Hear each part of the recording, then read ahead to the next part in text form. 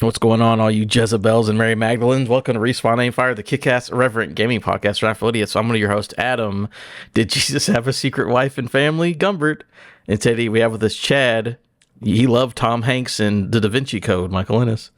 I tell you what, there's like, for a religion that poo-poos any kind of like weird sex that's not strictly for procreation, the fact that apparently Jesus was really into like hair and foot shit, that he like let Mary Magdalene wash his feet with her hair, like that is like deep corners of the internet kind of stuff. It's all a metaphor, Chad. It's a story that has another meaning. We also have with us Alex. Is Deuteronomy your favorite book of the Bible? I cannot for the life of you tell you what the book of Deuteronomy was about. I did all the like Bible education stuff way back in the day, but it has been so long, and unfortunately I can't remember any of it. I just want to say real quick, has Tom Hanks ever played a train, like an animatronic or like animated train in a movie? Because he sounds like the kind of guy that should play a train at some point. Thomas the Hanks Engine? He was the conductor in Polar Express. That's right. Train adjacent. Right. But he didn't play the train itself, which I think is a big missed opportunity. And that's all I have to say. Let's bring it up to him next time we see him. We also have with us Joel running the thing in a strange green room. I don't know what's going on with Joel, but it's wonderful. I don't know what it is, but I like it. For the record, it's green to Adam, but it's just like a normal nothingness to everyone else because it's serving as a green screen. Allegedly. I was going to say, are you seeing something different, Kozi? Because I'm seeing green too. Well, no, for you're seeing green, but on the he's in the bottom right corner. Video. I see him now. Yeah. Exactly. Very cool. I didn't open up the stream. Let me catch open up us the stream. live on twitch.tv/Affable Idiots Monday evenings at 8:30. YouTube and podcast services Wednesdays at 9 a.m. Housekeeping. Every month we play a barf game. That's backlog accomplishment with Respawn and friends. The game for the month of February is, what was the voting? Because I haven't looked. So has anybody looked? If you want to look while I keep talking. We should look. That would be great. And also our subscribers on Patreon can get early access special episodes for the month. It's Kozi baking a cake at the moment. There will soon be a new venture. We're calling it, Chad decided the name Rafter Dark will be up at some point later this week, which is a conversational chat. Said you're not allowed to talk about video games. We just talked about some crazy shit instead. And it was a good time. So that'll be how much of a monster Kozi's dad is. That was part of it. The worst type of person. Oh my God. If you guys are our lovely patrons, we apologize that this month's Patreon early access show has been a little bit on the late side, but we assure you, once we put it out just a little bit later this week, it will be well worth it because I think we all had a great conversation on that episode. Good stuff. Did you figure out what the barf game for the month of February is? Yes. So for February 2025, we asked you to vote between 4 games that feature split screen cooperative play. Joel Campos was actually the member of our cast that came up with these choices. They were Unravel, Portal 2, Overcooked, ! 2, and Untitled Goose Game. And the game that won with 60% of the vote was Portal 2. Shit. Who did Portal 2, a great it was game. tied last night. I voted for Portal 2. Here's what I'll say. Portal 2, a great game. I enjoyed playing Portal 2 in the past and looking forward to playing it again. A little annoyed that we got that like new recent port of Portal 2 on the Nintendo Switch, but we have not gotten a port of it on the PS4 or PS5 to my knowledge. Oh, for it seems weird that they haven't done that. Yeah. I don't know why. Now here's the thing. On Xbox. The thing was that it was supposed to be in the spirit of co-op games. So if you are able to play co-op campaign of Portal 2, you should do that. Apparently to the spirit of the game. But moving on to that, we're going to move on to our main quest. What is Sony hiding? From Wesley Yinpool at IGN.com. Sony is reportedly set to deliver its now standard February PlayStation State of Play, broadcast next week. leaker Nate the Hate, who nailed the Switch 2 reveal, took to social media to tease the state of play for Valentine's Day week. So anywhere from February 10th to the 14th. That's fun. That's cool. That's interesting. We're going to state of play. It happens every year. But what matters to me is, Chad, give me a song. Segment from Adam. Segment from Adam. Suck my thumb. You almost went into Jim Carrey's Grinch there. the Fahu Doris or whatever that fucking song is. Oh, yeah. Oh, yeah. No, that was Zelda's Lullaby, baby. I know, but you almost went there. So this segment for this week is we're going to have, again, last year we did it. We did predictions throughout the year to determine the best gamer of the year. We all won except for Joel. This year, we're going to do some more things, and I'm going to keep track of it. So what I want us to do is snake draft style, is to guess 2 predictions for this February state of play. Have as much fun, do whatever you want, it doesn't matter. Whoever has a good score on that will get a point towards the thing for 2025's Best Gamer Award. But right now we're just going to guess. And the question is, how do we determine the draft order? Ooh. And I'm going to decide to go in alphabetical order by first name, reversed. Okay. Whoa, reverse. Which means Joel Campos, you are up first. What is your first prediction for the state of play February 2025? Dude, I don't even know. Ghost of Yote, something? Okay, give me a little more specific so I can actually write it down. You can't just say, you could just say Ghost of Yote. I mean, that makes sense, but give me there will be a gameplay trailer. There's all they said was that it's 2025, right? Yeah, we had the cinematic trailers showing the mountain and the character, and that's all we got so far. I think they narrow it down more and say, fall 2025 or summer 2025 in terms of a release date. They're not going to give us a specific date. They're just going to narrow it down. And then maybe they announce a future deep dive direct for the game like they've done in the past. For what was it? Suicide Squad? Yep. And Concord? They did one for Concord, right? I don't know if I like where I don't know if I like where this is going. Where just only the worst of the worst games. Suicide Squad, Concord. Get the solo direct. But yeah, I think that we see something from it and they announce something else. Like another direct revolved around Ghost of Yote. Because that's inevitable. Yeah. Sounds good. As a first pick, that's definitely a smart one to go with. Next up in reverse alphabetical order, Chad, you're going next. What's your pick? Mine is also about Ghost of Yote, and it's that they will explicitly clarify, because right now it's kind of up in the air, and they haven't said so, but we think it's not the case. But they will explicitly tell us that it is not part of the Yokai Watch universe. Yote and Yokai Watch are 2 different properties, and this is not a crossover between them. That is not actually my prediction. I was about to say, I'm writing down Ghost explicitly not Yokai Watch crossover, but that's not your actual prediction. Okay. No, my actual prediction is that we will not see any new Sony first-party games that we don't already know exist. So anything we see there first-party wise will be something that we have already heard about officially from Sony. Rumors don't count. Yeah, so it would be what we already know for 2025. Maybe a Wolverine would be fine because we've heard about it from Sony before, but nothing rumored, nothing new. Just here's what you know is coming out. Okay. Right. Interesting. Kozi. Well, Alex, you get to go next. So here's the thing. Realistically, this state of play is probably not going to go super big, but just for the fun of it, because we're all here having fun, I'm going to say that this state of play is going to go big. Real big. How big are we talking? We're talking Insomniac's Wolverine game big. Now, here's the thing. There's a very specific reason. There's a very specific reason why I'm going with this game of all the upcoming Sony first-party games we have ahead of us. The thing about this Wolverine game is I think a lot of people are, hear that crack. Hear that crack. So good. Thing about this Wolverine game is I think there are a lot of people right now that are wondering, okay, exactly how R-rated is this PlayStation superhero game going to be? We know that they've talked about making an R-rated Wolverine game, but how hard are we going to go for real?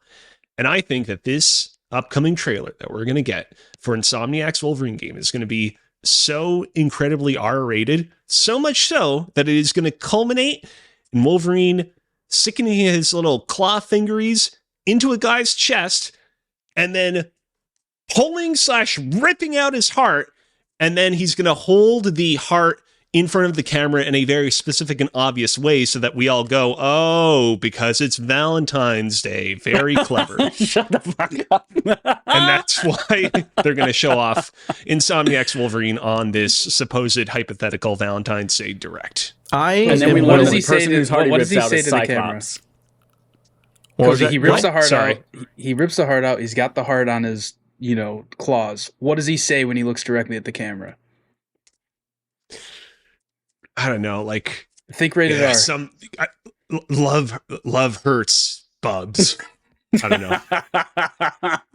That's rated R. That's rated R. I mean, I think the ripping of the heart. If this happens, I don't care what happens for the rest of the predictions. You will win this straight up. If he literally rips out the heart and does a Valentine's Day crossover, you got it, bud. Very cool. Next up is me. I'm going to go third party here. Sony is pretty chummy with certain developers. And I'm trying to decide. Okay, because I'm pretty sure that there's supposed to be like a Monster Hunter like direct show off that Capcom is doing on their own. Give me 1 second. Capcom Games 2025.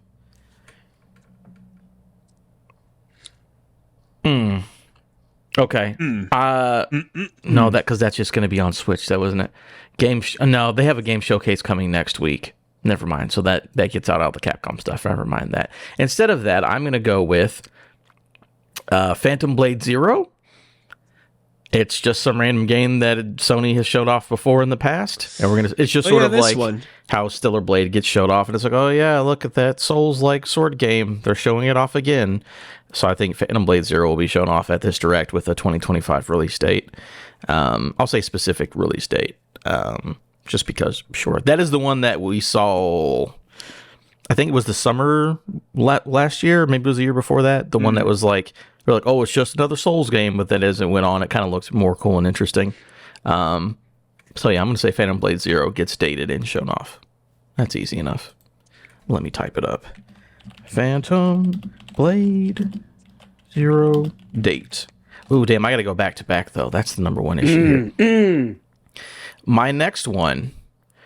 I'm going to, okay, because this is part of my predictions I did at the beginning of the year.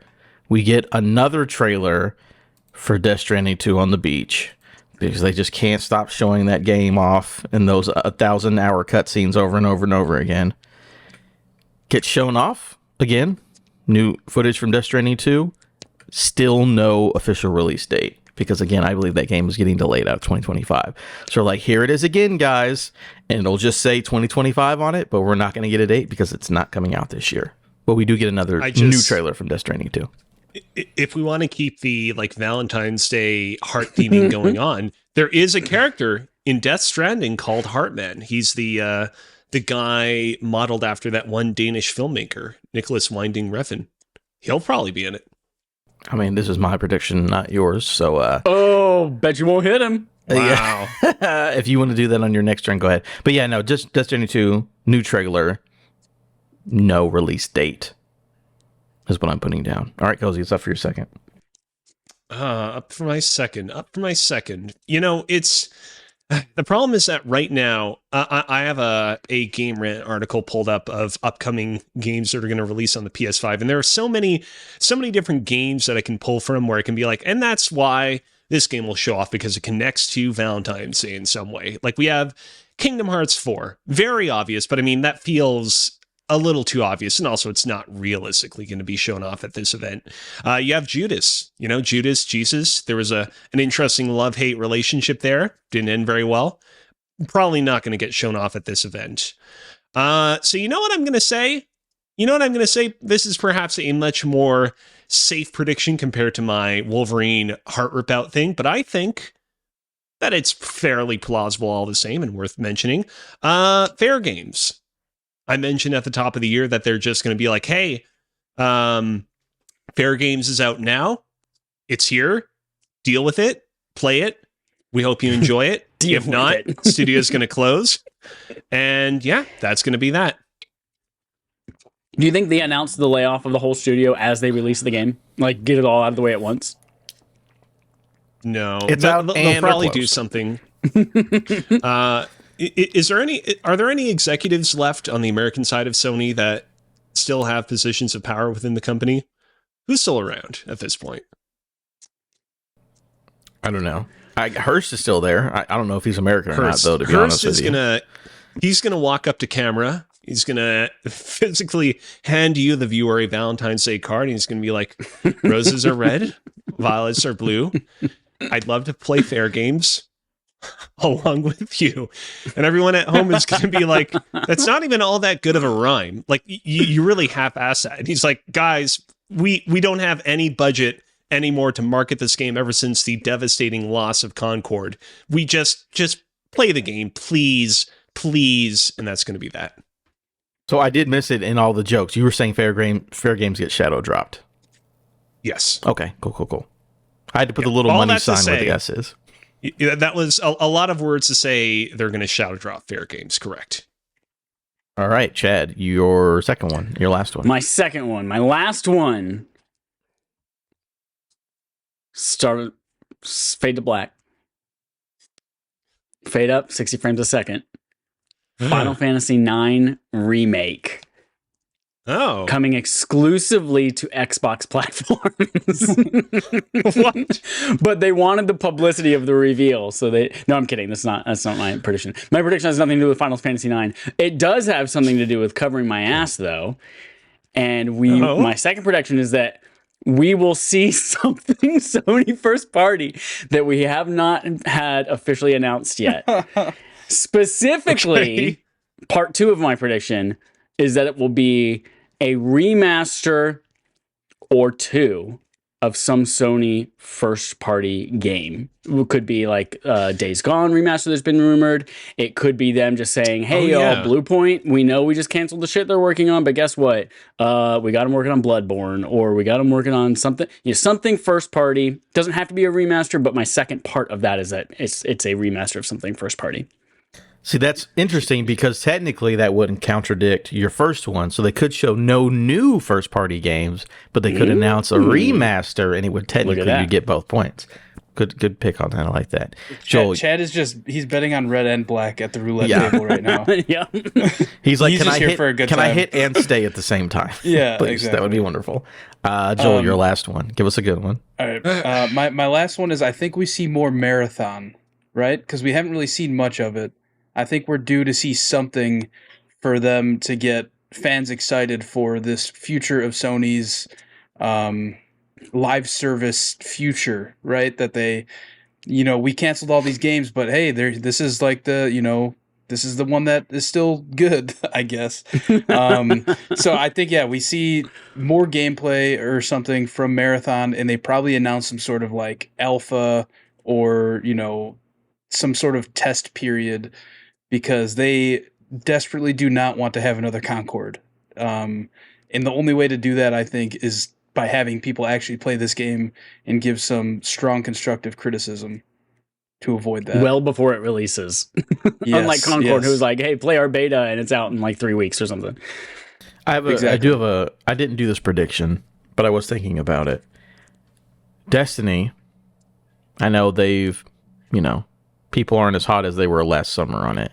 But have they said anything about what this next bit of, was it Heresy or Heretic or whatever the fuck it's called? Well, Heresy launches tomorrow, but the next big quote unquote expansion, they're saying they're not like doing huge expansions like they used to, but the next big thing for Destiny is Frontiers, which is and it's going to be. It is. They have not said when in this year, but it is this year. Okay, I was wondering if they were going to do a Destiny thing, but if the next expansion that doesn't have a date on it, there's no way they show it in February. Destiny usually does their own like developer direct reveals for that kind of stuff. Well, good thing I didn't do it then. All right, we've got them down on the board. We will come back after the direct. What do they call these? State of play. State of play. And we'll see if anyone got anything right at all. And if not, then oh well, it doesn't matter. You're all Jezebels and Mary Magdalenes. Moving on to playtime. Chad, what have you been playing on your playtime? Oh, you know, a little bit of this, a little bit of that. I beat Pokemon Violet, y'all. I beat it. Oh. I mentioned several years ago when we were talking about the last time we met, I was playing Pokemon Violet again. And I was like, I think I like Pokemon. And I beat it. I beat all the storylines. I went and captured the 4 legendaries that were like, you find all the stakes on the ground, and then that unlocks each one's door, and you get this random ass legendary with like, I don't know, a Chinese, Japanese, some kind of Asian language sounding name. And none of them have any kind of like backstory built up in the game or any explanations like who they are or why they're there. But I just found some weird Pokemon in some holes. But then I was thinking back to like the original games, and I was like, you know what? That's kind of Moltres, Articuno, and Zapdos in the first game. They're just like random ass birds that don't really get a lot of lore in the game. But there was so much mystery built up around those from like just being kids and the zeitgeist and all that kind of stuff. But they did like Lugia and Ho-Oh and Raikou, Entei, and Suicune in the next generation. Like they did, those things have a lot of lore in the game. So anyway, yeah, I felt like that was a little bit of a miss, but Pokemon Violet, I had some fun with it. And then I was like, all right. Did you real quick with regards to Violet, did you get to the area where you can capture the like advanced, like futuristic robot-y looking Pokemon? Oh yeah, I caught all them shits. Like the cool, like future robot versions of like of fucking Danphy and or whatever. What is that one? The big mammoth one, and then like the Gallade slash, like you know the little psychic fighting bitch. Yeah, right. Yeah. Do you have a preference? Do you have like, is there like one that sticks out as like, oh man, that one was extra cool? They were all pretty dope. I think the one, the dragon, like the Hydreigon or whatever it was. Yeah. Like Iron, super cool. His name is Iron Jugilips. Iron Jugilips is what you just said. Joel's sound is on that. Yeah, I was gonna say we can hear it. The second coolest, I think, is the one that's like looks like the evolved versions of Ralts kind of mixed together, but in this iron future way is iron. I don't know. Oh yeah, but yeah, it was. It's cool. Like Gardevoir and Gallade mixed together. They actually announced a life-sized Gardevoir plush, which is pretty interesting. I saw that. Pretty interesting. Oh fuck it. And then I went and played Pokemon Sword afterwards. It's like, all right, let me go back to Sword, and I had like I jumped into my save and I had like 3 badges and like my Pokemon were like level 20, which is about where I leave off on every Pokemon game. And I was like, holy fucking shit, this game looks so much better than Pokemon Violet did, despite coming out like 2 years prior. And I know part of that is the like fixed camera angles, which is a lot easier to like render all of that shit and get it to run versus the open world, quote unquote, of Pokemon Violet. But holy shit, they took a step backwards in terms of what this game looks like. And I know it's not going to happen for Zaw, because Zaw is built for the same ass underpowered hardware, and it's still going to be open world, just like Arceus and fucking Violet were. But man, Sword looks so much better. The art style is better. The UI is so much cooler. It has that, like cell shaded look. If you're watching the stream right now, Joel's got video of it pulled up, and it just looks so good and crisp. So I'm playing that, and I'm forcing myself to play Sword specifically, not using any of the fucking Pokemon that I would normally use in a regular run of any Pokemon game. You know, you go in there and you're like, all right, I'll get the Magikarp and I'll use Gyarados because it's super OP. And then like, I'll get the fucking legendary. No, I'm using the fucking coal cart. Like it's a cart full of charcoal. Like I'm using that thing. I'm using a fucking like Stunfisk. It's this like little flip-flop bear trap thing on the cave floor. I'm using an Aracuda, like knockoff no-name Pokemon that you don't give a shit about. I'm forcing myself to use those to like discover a different part of the game than the standard Pokemon that I would normally like. I transferred. I didn't just like put a Pikachu in a box, but I let it go. I let it out. Pikachu's no longer even part of my game anymore. Wow. Drove it up to a field far away. Let it go on a farm. Shot it right in the skull. Jesus. So yeah, I'm playing Pokemon Sword. If you don't mind me asking, like obviously, I totally agree that like visually Pokemon Sword and Shield definitely looks way better than Scarlet and Violet, and on a technical perspective just runs way better. Like gameplay wise, like how do you find going back to Sword and Shield? Because like that's the whole thing, is like when Sword and Shield came out, I really feel like the kind of like critique of the Pokemon series of it being overly linear and overly kind of set in its ways kind of raised to like a bit of a fever pitch. With Scarlet and Violet, people were very critical of the game's performance and look, but there was also alongside that like a little bit of a relief of like, oh well, it's at least great that gameplay wise we're really breaking the conventions of the series and finally going in this like much more non-linear direction. How does it feel to like go from the non-linearity of Scarlet and Violet back to the more linear nature of like Sword and Shield? I'll be honest, the non-linear nature of Pokemon Violet and Scarlet was really frustrating to me, because even though it is like quote unquote open world and you could go and take on any task anywhere, like they're like, all right, you pick a point on the map and then go to it. But you don't realize until you've like traveled in that direction on the map and run into 1,000 cliffs and caves, and you're like, I can't fucking get to that spot on the map, and there's nothing on the map that tells me I can't get there until I have like the final form of my fucking motorcycle Pokemon.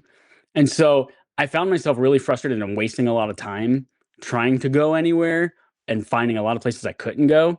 And then the second part of that too is that you can quote unquote go anywhere, but you still are limited by the level of Pokemon that your badges allow you to command and control. So like I was catching Pokemon that were around my levels, like level 42, level 45, whatever, but I only had the badges that would let me control Pokemon that were like 30 and below. And so I was like, all right, I'm catching a bunch of shit that I can't actually use because I have to go fight 3 more gym leaders before I'm able to control Pokemon that are 45 and lower or whatever it is. So I was honestly really, really frustrated by it because they didn't quite work it out that well. But I do like the compromise of Sword and Shield, where like the things are on the map, like the Pokemon are on the map, so you can like avoid them, or you can run into the ones that you want, just like you could Violet and Scarlet.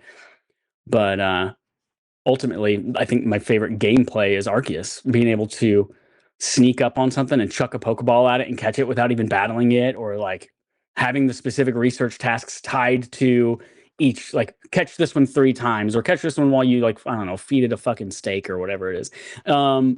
Like that's, I think my favorite gameplay is that Legends gameplay. So hopefully Zaw is going to be real good. Cool. And then we played D2, Destiny 2. The girls got back into it. So woohoo! So we finished up the final story quests and the new exotic quest for Revenant before Heresy drops tomorrow. And gotta tell you, I could take or leave that whole story arc of Revenant. Like, did nothing for me. So we're gonna now go into Heresy and hopefully get some kind of closure or new development with Savathun and the Hive World, and we're gonna go back to the fucking Dreadnought, and we're gonna have a new dungeon. It's gonna be a hella good time. So yeah, we just wrapped up, cleaned up some things there. And then Xbox Developer _Direct. I just want to call it that I watched that and I got fucking stoked for all those games. The Doom, the Dark Ages, is that what it's called? Yeah, the Dark Ages. Yeah. Mhm. Yeah, Doom Dark Ages, fucking Ninja Gaiden coming out. You're getting to Claire Obscure, aren't you? Claire Obscure Expedition 33. Fuck yeah. So much. So like I watched that and I'm like, all right, cool. Pre-ordered it immediately. Plus you have a 10% discount on PlayStation Plus. I know it's on Game Pass. I just don't want to play my Xbox. So yeah, I pre-ordered it on PlayStation. That looks fucking sick. All those games look fucking sick. And they're all, of course, they had that Developer _Direct like 3 days after we're like, let's look at every game in the next 6 months and marry, fuck, kill it. And then we're like, here's actually all the games you wanted to have on that list, but we didn't tell you were coming out. So yeah, I was pumped. Fucking love that thing. Dope. I like how you wrote out XDUD for the underscore. That's fucking Developer _Direct. crazy. Kozi, tell me about what you've done, you little rascal. Little rascal. Man, I didn't know that you had such strong opinions of people beating a like nearly 20-year-old game. Can you believe that Gears of War 2 is nearly 20 years old at this point? It is. I mean, I'm about to Next die. time, So that it's makes just- sense that it's that old. So. slipping through our fingers like grains in an hourglass. I had a lot of fun with this game's campaign. I think I'm a little higher on it than it sounded like Chad was. I mean, this game has great set pieces, really strong level design. It is a little bit on the long side, but it is not by the standard of so many like bloated AAA games nowadays, not all that long. I will say, like, and I touched upon this a little bit when I beat Gears of War 1 a few weeks ago. I think I kind of came into this series with sort of the wrong expectation. This is a bit of a weird comparison, but stick with me on this. Paul Verhoeven's Starship Troopers, the movie that obviously games like Helldivers 2 are very deeply influenced by, is a movie that for a very long period of time was sort of regarded as like a dumb sci-fi action flick. At the time of its release, it got skewered by a lot of critics who just saw it as such. And then over time, in particular over the course of the past 10 years, there's been kind of a critical reappraisal of it actually being a lot smarter and more deftly written of an action movie than we initially gave it credit. Going into the Gears of War series, I was kind of hoping / expecting that it was going to be a similar situation where back in the day, the Gears of War series was sort of criticized for being like the archetypical bro shooter of it just being, again, a bunch of gods on Earth going around just blitzing through enemies and spouting one-liners. And I kind of went into the series being like, I'm expecting / hoping / fingers crossed that I'm actually going to walk away from this being like, man, this actually is a lot smarter and cleverer than I think we gave it credit. And I think at the time we perhaps gave it an unfair shake for whatever reason.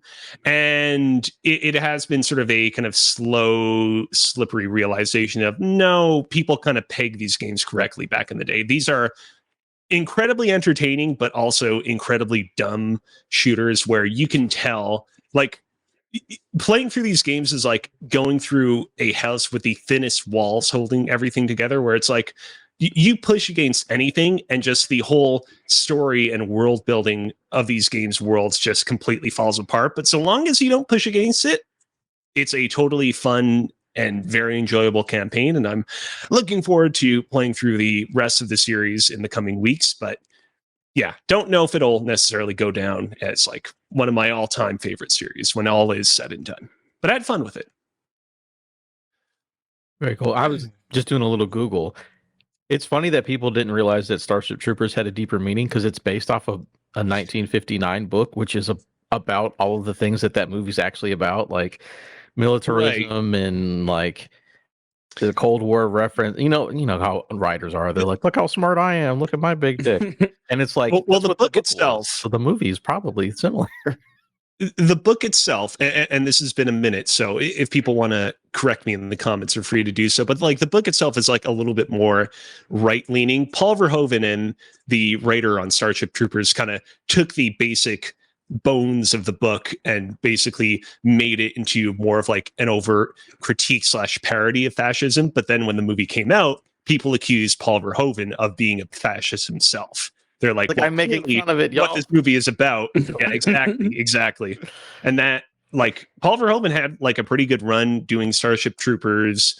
What was the other one? RoboCop, like a bunch of those movies in the late 80s, early 90s. But after that whole debacle, that's kind of why he fell off a little bit. But he's been doing good movies recently. He did that gay nun movie, Benedetta. We're getting a little off. Gay nun movie. You must have saw that in the living room movie theater. I don't have heard of that one before.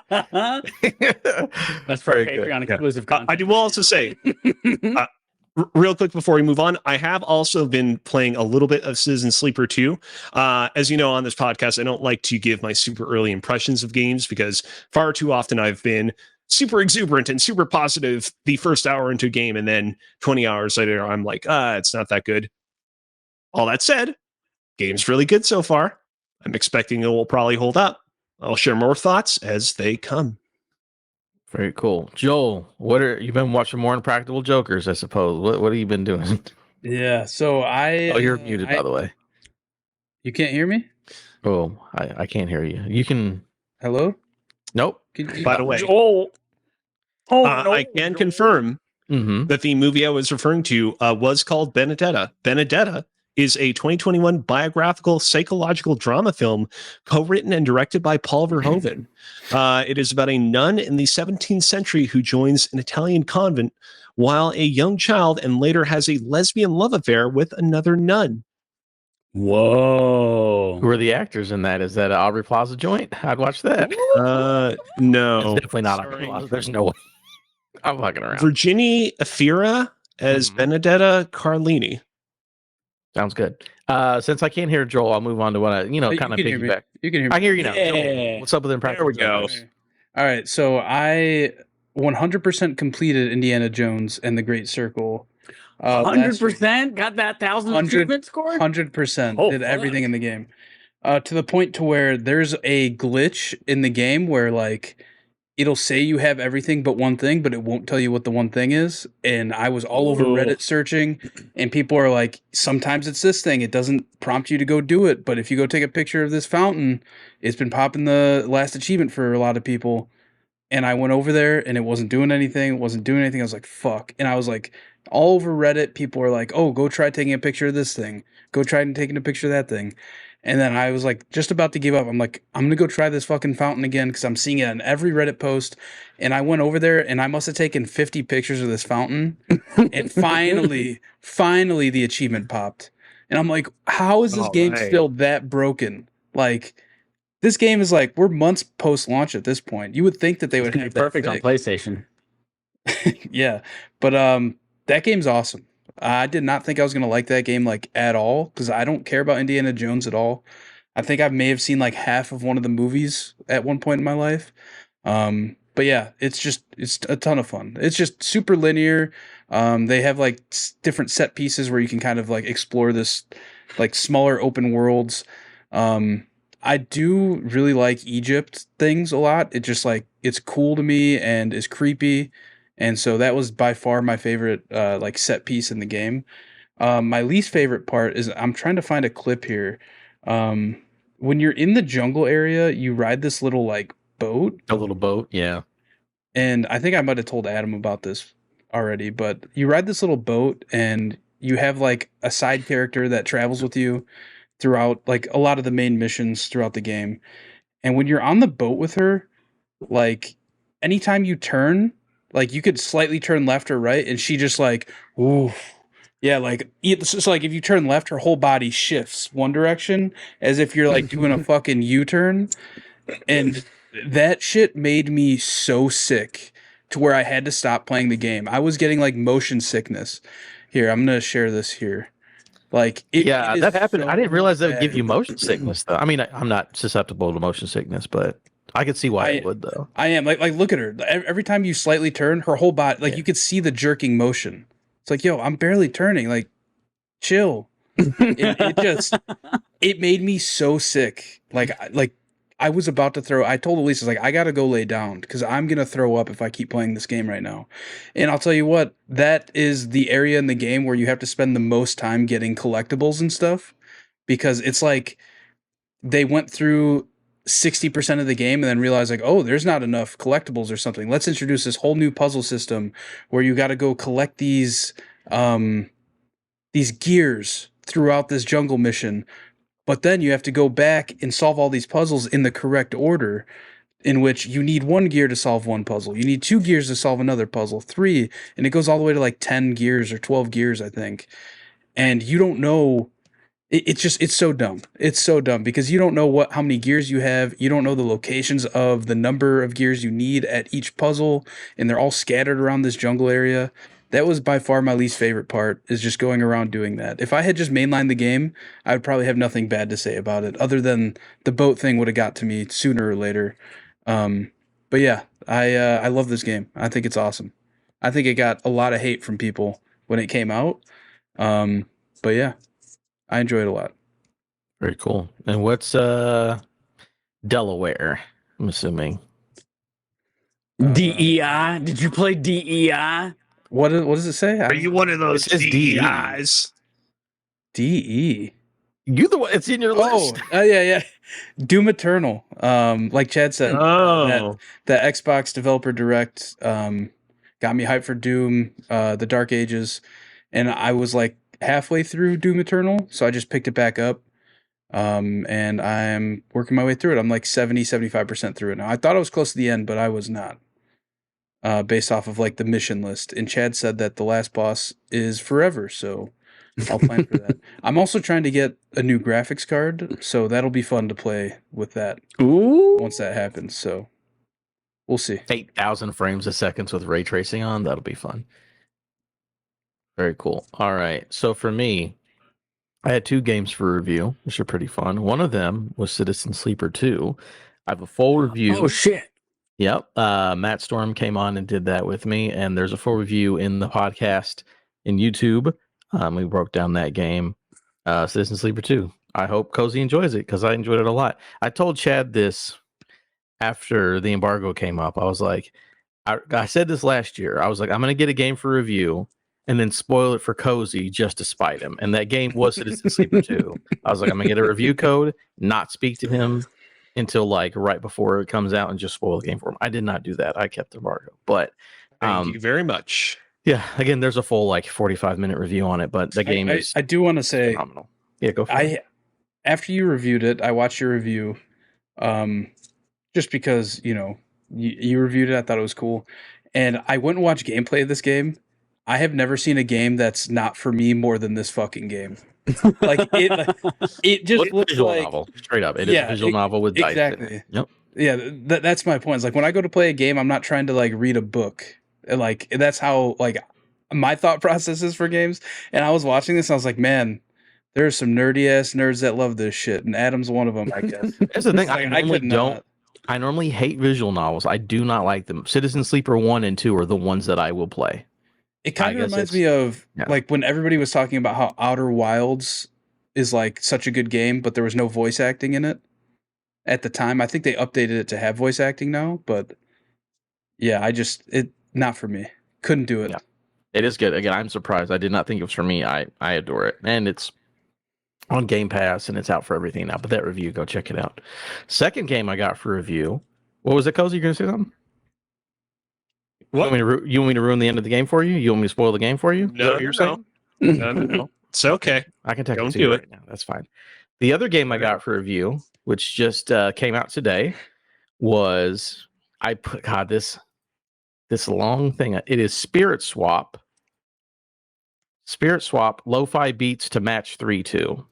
That's what the game is called. And it is a match 3 puzzle game. I guess sort of like, well, what's so funny, Chad?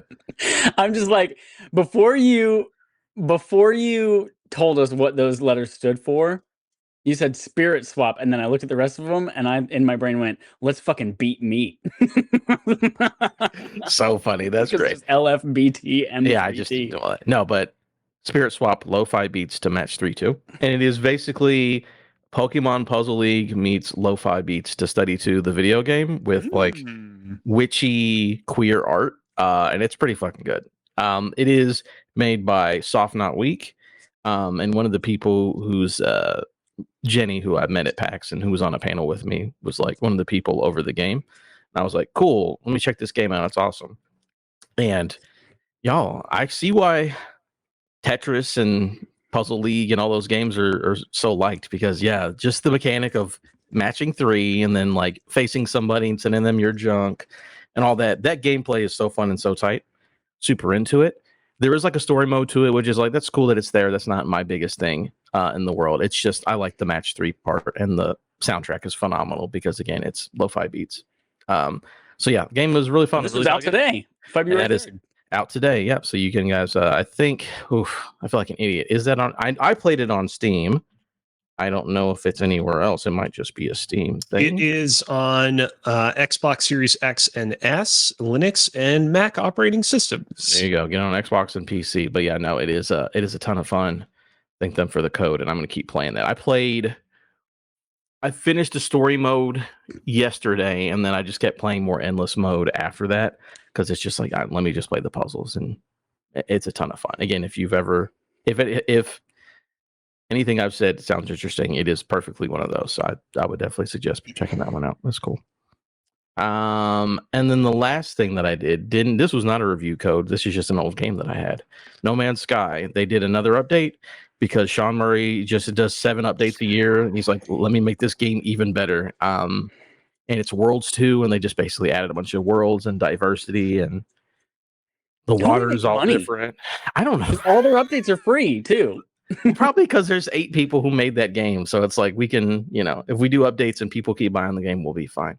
But again, that game is just, that's my podcast game, I've decided. Because, a lot of people have games that they just chill and play or watch or listen to podcasts or whatever. That's mine. I'm like, let me just get in my weird ship, fly around to an ocean world where a giant sandworm comes out of the waves and causes a tsunami, just so I can collect carbon and then go to the next place. Super into it. So yeah, I play that more, every time they do a big update. So I got back into it. Good times. I have another game. Hello games. Make good.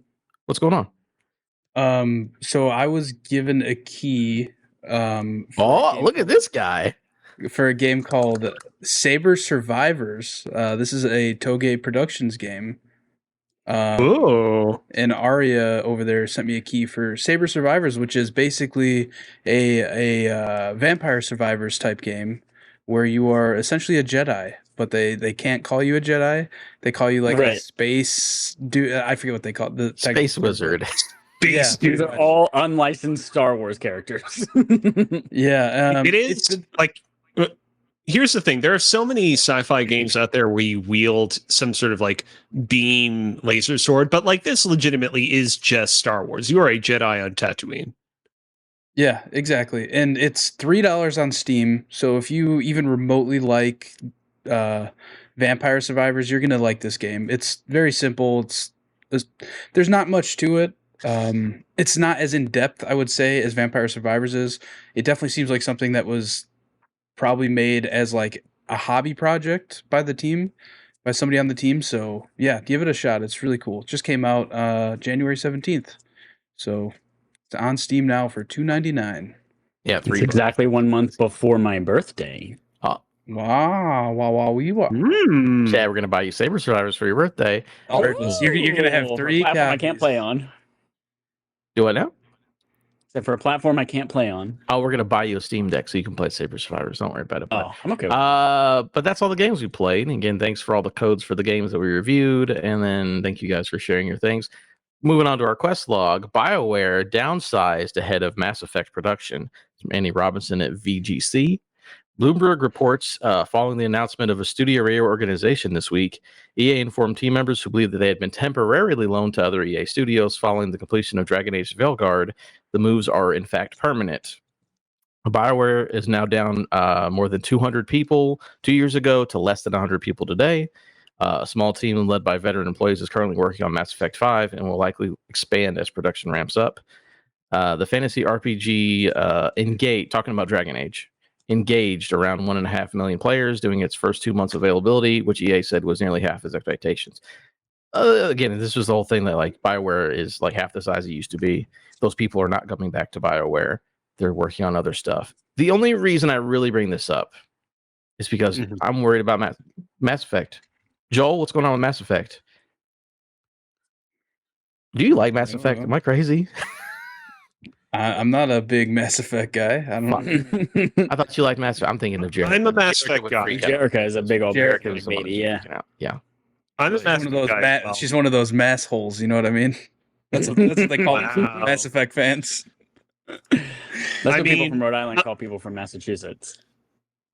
I think there's reason to be very pessimistic about the future outlook of BioWare and the Mass Effect series. I will also say that, like, I was fully expecting after we got the news that Dragon Age Veilguard had underperformed that EA would straight up just shutter BioWare altogether. And so the fact that they chose instead to downscale the studio makes me feel a little bit more cautiously optimistic. But I think that especially the next year, the next 365 days ahead of us are going to be very precarious for BioWare. I think that whether or not Mass Effect 4, Mass Effect, whatever they're going to call it, comes out or not, I think is going to be dependent on how the winds change over the course of the year to come. It just sucks because now again, a lot of studios get smaller after they put out a game because you don't need that many employees anymore. This one seems a little more worrying, just like how many of them, and they were like, you're not going back to BioWare ever, which is like, oof. I'm just worried because I liked Dragon Age a lot. I liked all of their games, and I love Mass Effect, and I'm just like, I think we're going to get Mass Effect 5. But I think that that is like the last thing. They're like, oh, if this one doesn't, and again, it has to perform to their, well, I guess, performing to their expectations is one thing, but it's also like they're the ones flipping the bill. So I get why they need it to hit a certain number because they're the ones paying the bill. So I get why that happens. But because for Dragon Age to do 1.5 million, you're like, we were expecting 3 million.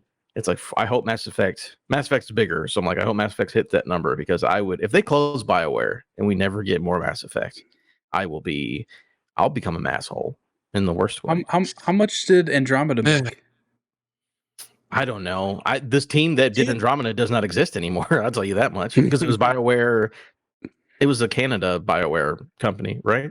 Kozi? It was like BioWare. Yes, does not exist anymore, or it was another BioWare. No. It wasn't main BioWare. It was BioWare Edmonton was the original BioWare studio. It was the original studio that was founded. BioWare Montreal was the satellite studio that helped out on Andromeda and some other EA-owned games, and that was a studio that closed.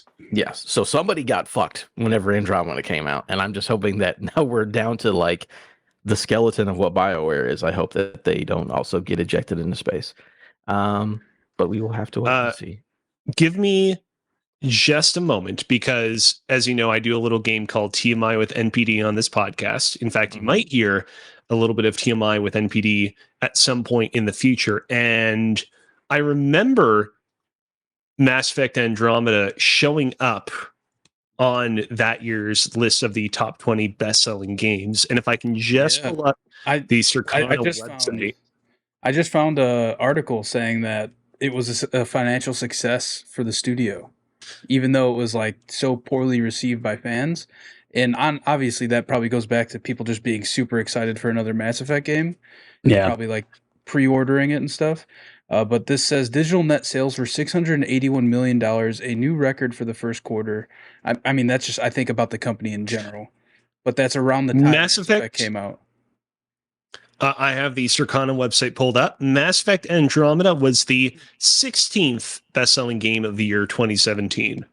So it didn't crack the top 10, but it did very well for itself. But, unfortunately, I think the problem there is because word of mouth and reviews were so wishy-washy and all over the place, even though it did well in the moment, it poisoned the brand and certainly didn't help a lot of projects that followed. So it was a victory, but ultimately a victory that, didn't help things all that much in the long run. Yeah, I'm just very hopeful for 5 because I need them to. Didn't they say that, like, back when they N7 Day, I think it was 2 N7s ago, when they released the 6-second trailer of that woman walking down the hall and it's just her feet? Didn't they say that, like, oh, this is like, we don't even know if this is something in the game. Like, we don't even know what the game is. Like, this is like 2029 or something. I feel like it was like a really far out date for Mass Effect 5. I mean, they literally let all these people go because they're not in full production yet. Like, they're still doing exactly. That's what I'm thinking. Is like, yes, I think they scaled down this team because they're like, this. We don't know. We're still in the planning stages. We're in pre-production, and then once we figure out, all right, what's all the shit that needs to be built, what's the scope of this game, I have a feeling they're going to build back up a little bit more, unless they decide Mass Effect 5 is going to be like a fucking visual novel, in which case they can keep whatever staff they have right now and just call it a day. But I think they're going to build back up as we ramp to, I don't know, a few years, like 3 years before this game comes out, 2 years maybe. Yeah, I'm not worried I for just this. want to say, oh, go ahead, Kozi. Go for it. Okay, I'm not worried. I'm going to go. I'm not worried. Like, I'm with you. I think this game will come out. I'm not worried for this project to come out.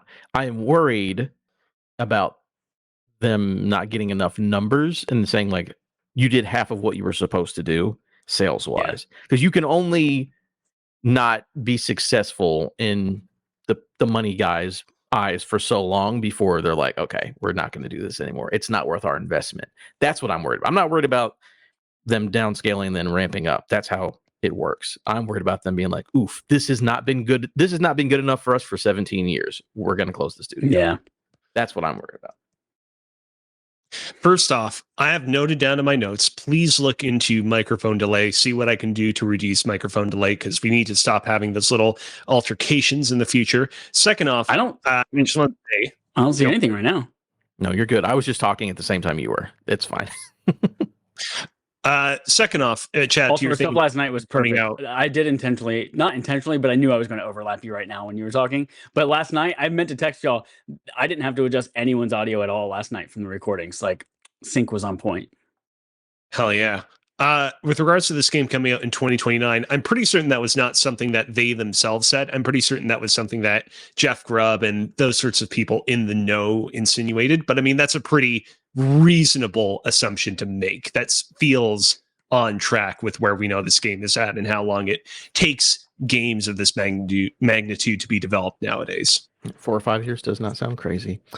Anyways, moving on to my second segment, last segment of the night from me. Meta Madness. This is where I go over the best Metacritics of the month. We've got some Metacritic scores that are higher, but they're technically February releases, so we're not going to talk about those.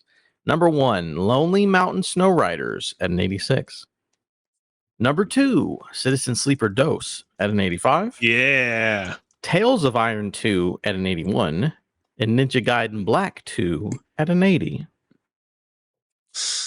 I got a little confused because there's a series, the Trail series, Trails of Cold Steel, that's getting like a very cool looking remake at some point within the near future. And I thought, wait a minute, is this that game? But no, this is a game in which you play as a Viking looking like rat rodent of some sort, wielding an axe and a shield.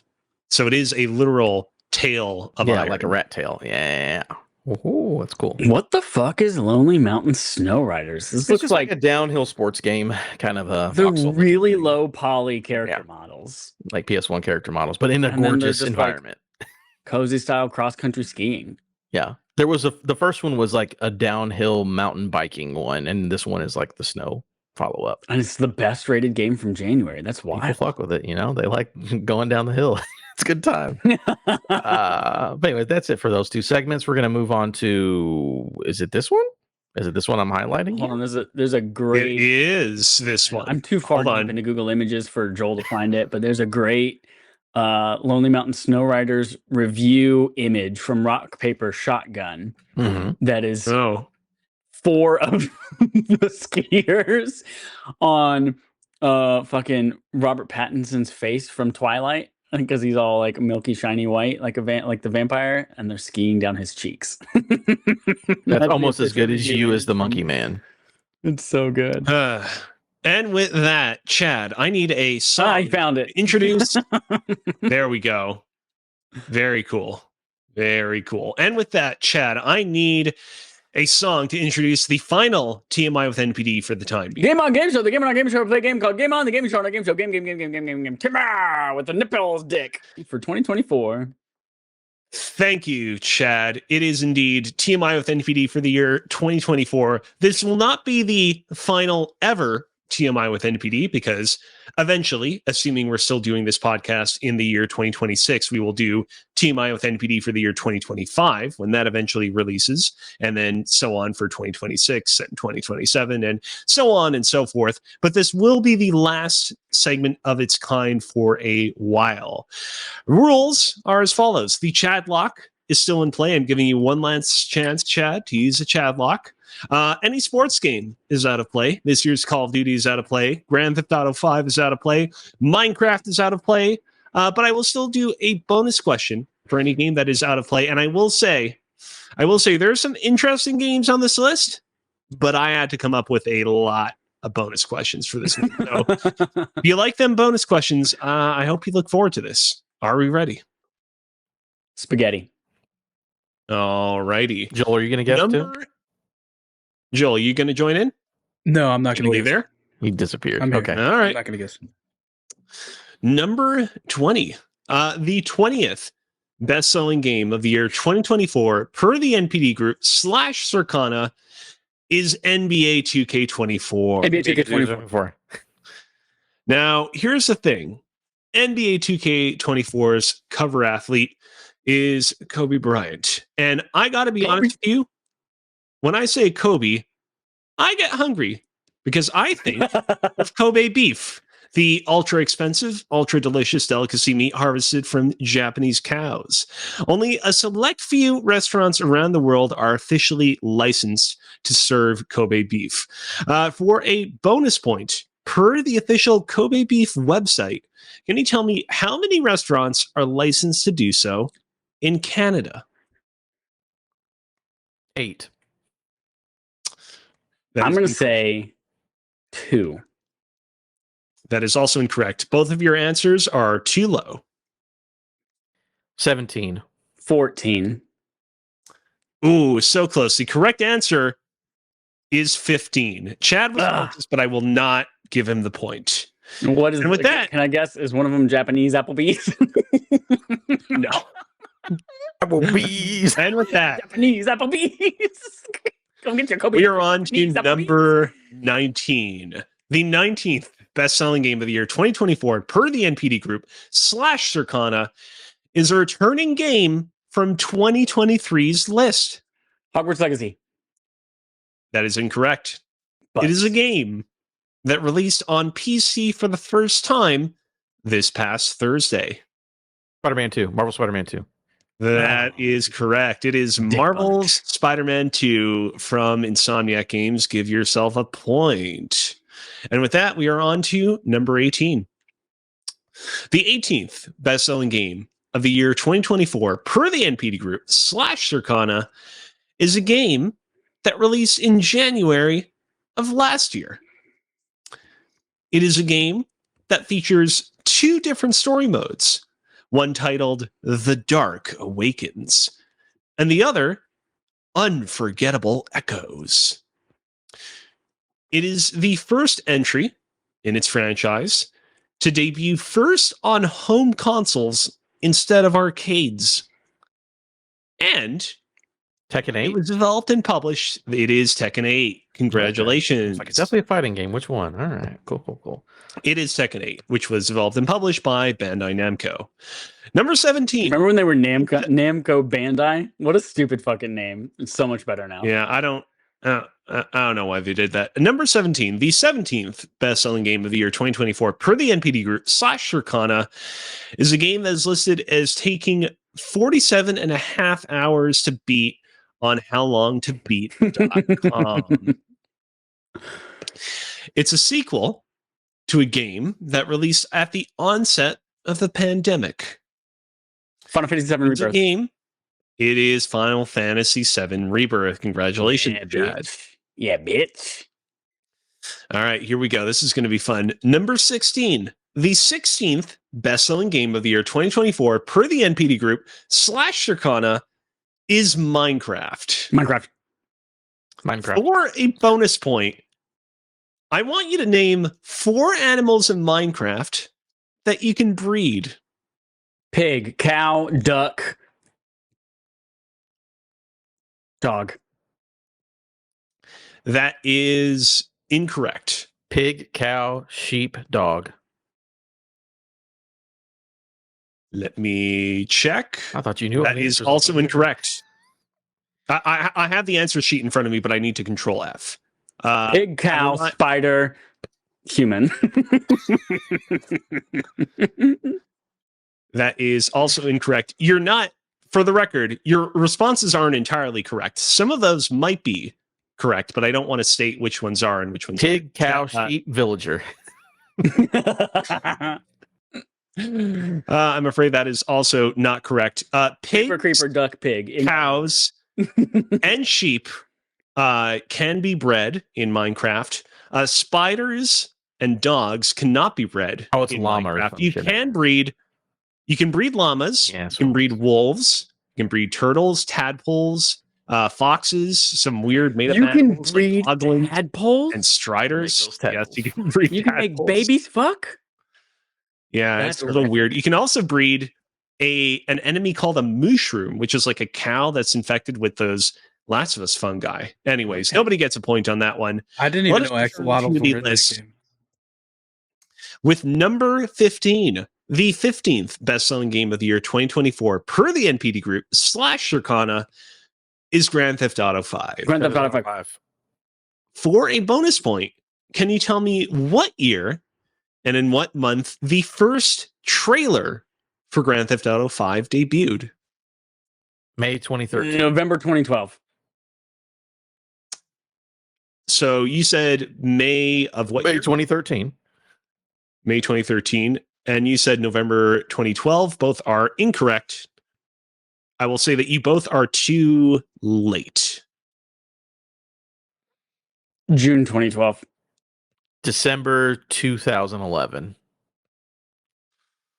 Ooh, both of you came so incredibly close, but in different ways. The correct answer was November of 2011. Chad, you got the month right. Adam, you were a month off, but unfortunately, no points to either of you in this particular case. I knew because Number I was like 14. my mom's birthday, GTA 5. Like they're linked for some reason in my brain, and it was that trailer probably. Maybe. Number 14, the 14th best-selling game of the year 2024 per the NPD group / Circana is MLB The Show 24. MLB The Show 24. 24. As has been the case since the franchise went multi-platform, MLB The Show 24 released on the Nintendo Switch, PlayStation 4, PlayStation 5, Xbox One, and Xbox Series X/S in March of last year. But on some platforms, it was digital only. For a bonus point, can you tell me which platforms it was digital only on? Nintendo Switch and PC. That is PS4, Xbox One, Xbox Series S. that is also incorrect. Just Series S. That is also incorrect. Nintendo Add it Switch, up. PC, PS4. I'm afraid that is also incorrect. One. It is only MLB The Show 24 was only digital only on PS4 and Xbox One. All other platforms had a physical. Well, I mean, Xbox Series S doesn't have a disc drive, so technically the Series S version. Okay. But it's technically the same Number 13. thing. I know what you're saying. Yeah. The 13th best-selling game of the year 2024 per the NPD group / Circana is WWE 2K20. WWE 2K24.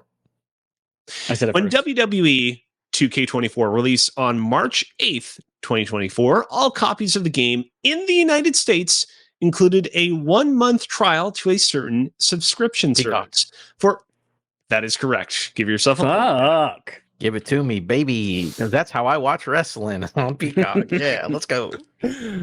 Number 12. Finally, we're back to another game that isn't a bonus point. For the 12th best-selling game of the year 2024, per the NPD group / Circana, is a sequel to a game that released over a decade ago. This game is an open-world action RPG.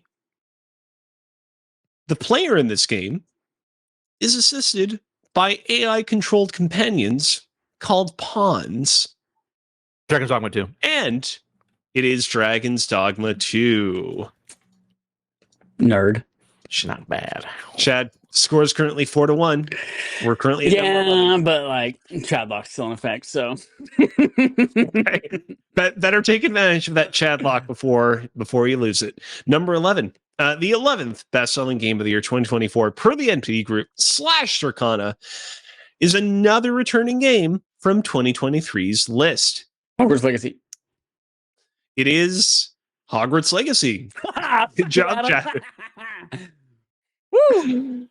And here we go.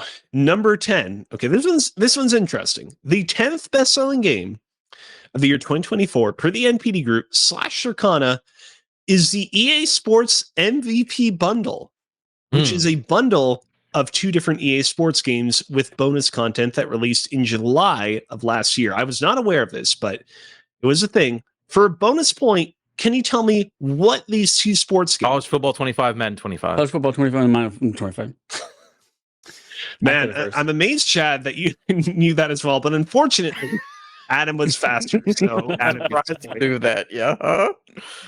That is crazy that a All right. bundle is in the top 10. I mean, it's not crazy, but it is wild to see.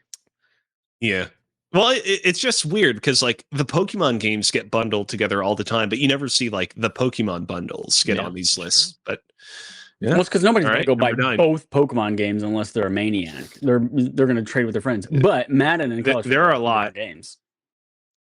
I mean, that's true. There are a lot of Pokemon maniacs out there, though. Number 9, the 9th best-selling game of the year 2024 per the NPD Group / Circana is another action role-playing game.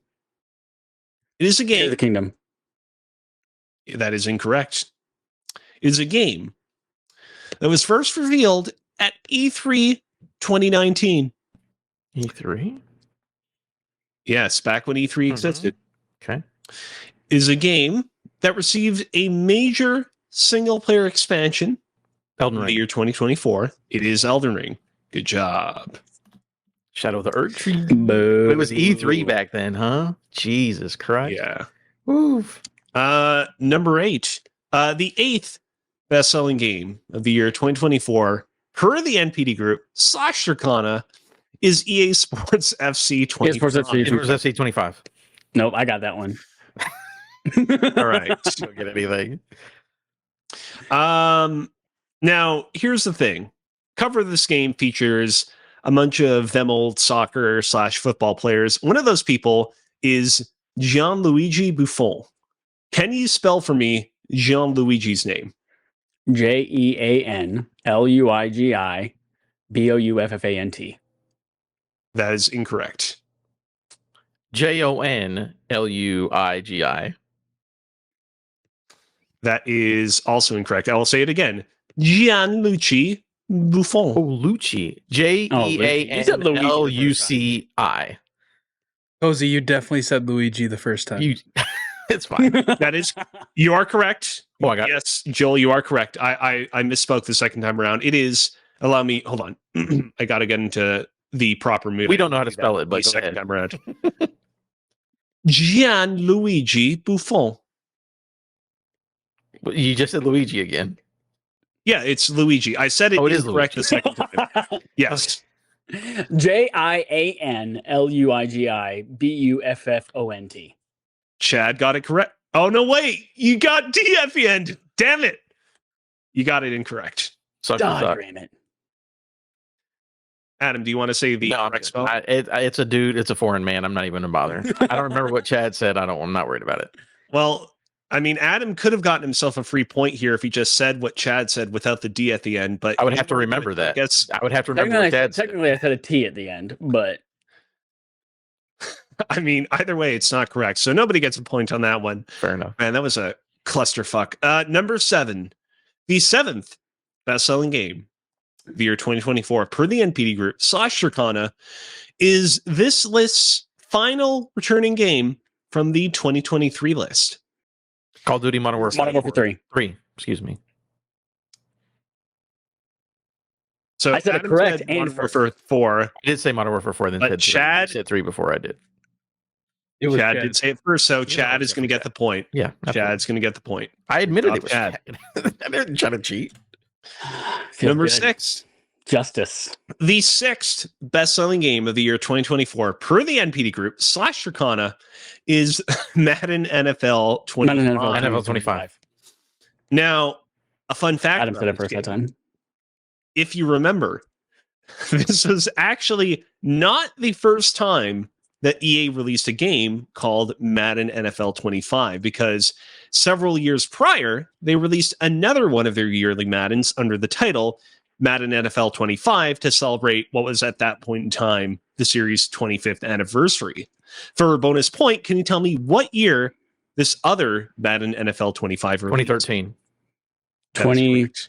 2013. And it was technically in non-US territories called Madden Quarter Quell. May the odds be ever in your favor. Oh, man. Number 5. The 5th best-selling game of the year 2024 per the NPD Group / Circana is NBA 2K25. NBA 2K25. This is so boring now. All these fucking It's sports great. games are all over the place. I know all of these. I know you do, and I hate it. One of the cover athletes of NBA 2K25 is Jason Tatum, who currently Jason. plays for the Boston Celtics. which has made me hungry once again, as now I'm thinking about Boston cream donuts. For a bonus point, can you tell me in what decade the Boston cream donut was invented? The 20s. I'm going to give you, hold on, I won't count that. Okay. I just want to point out, by decade, it doesn't necessarily have to be in the 1900s. I'm not saying it's the I'm not saying 20s. it isn't. It's like the turn of the century, the aughts. 1820s. That is incorrect. What was mine? The aughts. Is the aughts incorrect? He said the aughts. As in the 2000s. That is also incorrect. I will say this. Chad, way too high. Adam, low, but not as low as Chad was high. 1860s. 1870s. Ooh, we were knocking on the door there. It was 1850s. It was actually invented in 1856. And with that, we will move on to number 4. The 4th best-selling game of the year 2024 per the NPD Group / Circana is the 4th main installment in a popular sub-franchise. However, even though this game is the 4th installment in a popular sub-franchise, it has a number that is less than 4 in its title. Chadlock. Okay. This is a game that was developed by Spike Chunsoft, and it is a 3D fighting game. Virtua Fighter 3. Dragon Ball Sparking Zero. Ah! Ooh, that is incorrect, Chad. And that is correct, Adam. It is Dragon Ball : You don't get 2 locks. Zero. No, you do not get 2 locks. You get a lock for your first guess. The 4th entry in the Dragon Ball Budokai Tenkaichi series, except it is called Sparking Zero instead of Budokai Tenkaichi 4. But And with that, we are on to number 3, the 3rd best-selling game of the year 2024 per the NPD Group / Circana, was nominated for 4 awards at the 2024 Game Awards. It is a game that was developed Adam by a Lock. studio. nope. No, I will not allow it. Okay. It was developed by a studio based in Sweden. It generated a significant amount of controversy when it launched on Steam. And it has been compared by many to a certain action movie Divers 2. directed. That is Verhoeven. correct. It is All back, baby. Divers 2. All back. I was feeding it throughout the episode. Very smart. Very smart. And here we go. Number 2, the 2nd best-selling game of the year 2024 per the NPD Group / Circana is College Football 25. College football's Football right. 25. Because at this point there's no chance for because there's no chance at this point for Chad to win. I'm Unless going to it's give worth you 7 Chad. points. It's not going to be worth 7 points. Here's what I'll say. I'm going to ask you a question exclusively to you. You get it right, you get a point. You get it wrong, Adam gets a point. For Right. a bonus point, can you tell me where College Football 25 ranked on Respawning Fire's collective 2024 Game of the Year list? This is a good question.